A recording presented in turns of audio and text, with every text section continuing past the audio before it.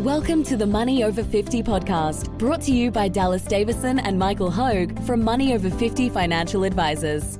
This information is general in nature and does not take into account your objectives, financial situation, or needs. Therefore, you should consider whether the information is appropriate for you and your personal circumstances. If you require personal advice, please contact Money Over 50 Financial Advisors.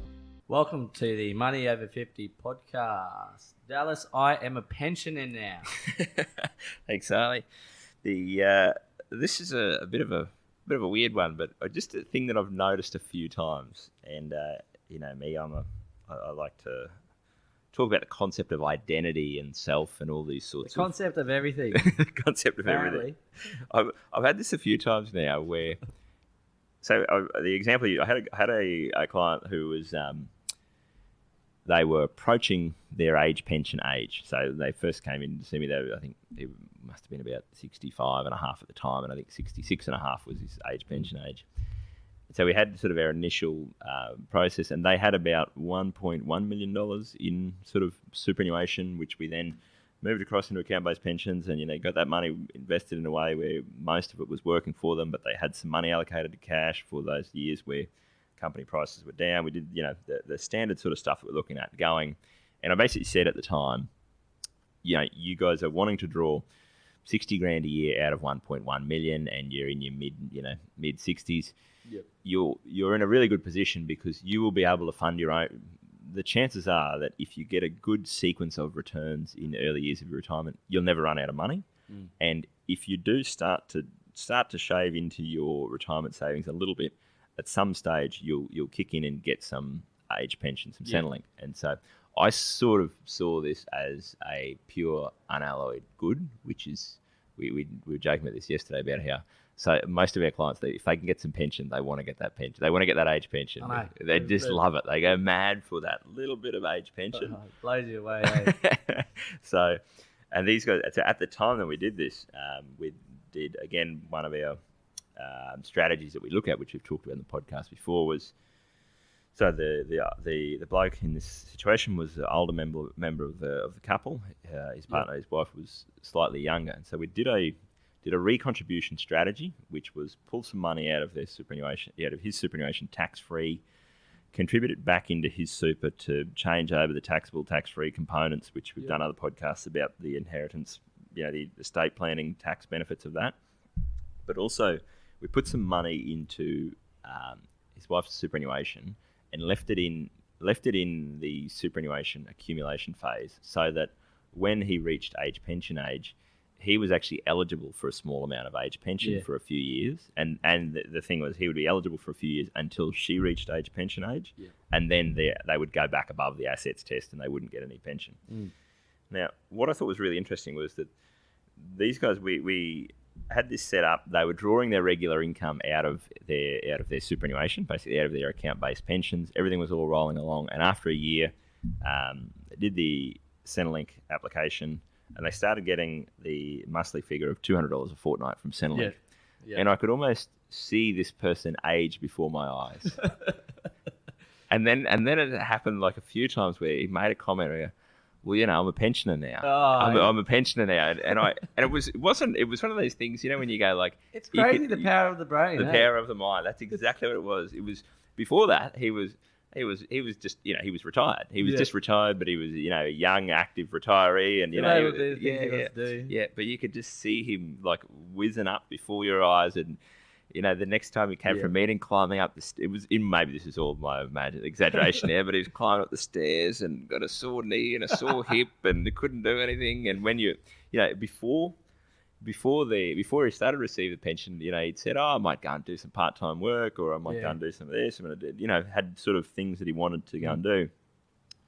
As you say, the power of the mind is an amazing thing, because once he started to identify as a pensioner, it was like this thing of, and I think that this ties back into like a lot of people when they talk about their parents and their parents' retirement. It's like they remember that life was a lot harder 30, 50 years ago. So by the time someone was 70, they probably were a bit physically broken down and used up, and You get like that when you work Yeah. 100 hours. A Yeah, week. that's right.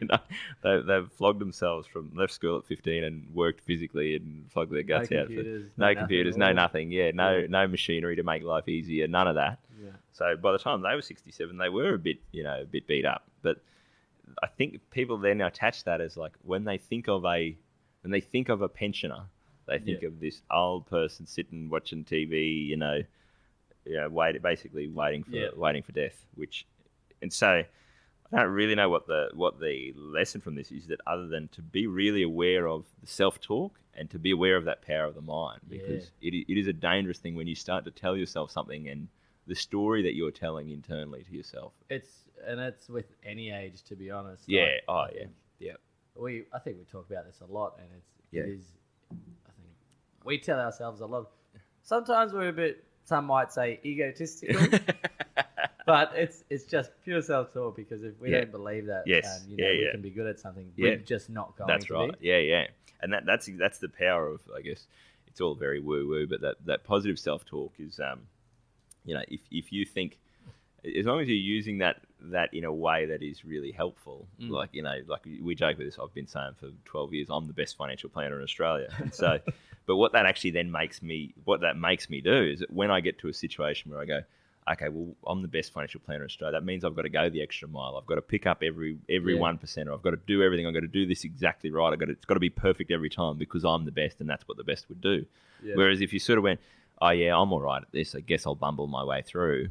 That's what you do. You just bumble your way through, and that's no way to be. So when it comes to, I guess, that the same thing in retirement, if you're classifying yourself as a pensioner, and in your mind a pensioner is someone who's just waiting for death. Yeah, that's what you're going to do. That's how you're going to act. That's how you're going to be. Yeah, and it's a really interesting, because the danger of that thinking I'm a pensioner now is that it's twofold. Is that physically or mentally you age. You know what I mean? You think of yourself as older.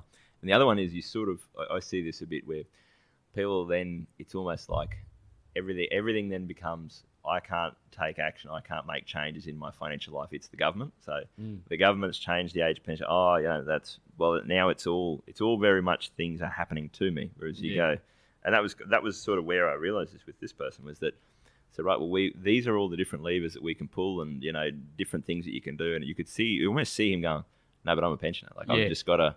I take what I can get, and I got no choice. And if the dirty rotten government cuts my pension, well, then that's what it is. And I'm trying to go, that's a very, very small part of your financial life.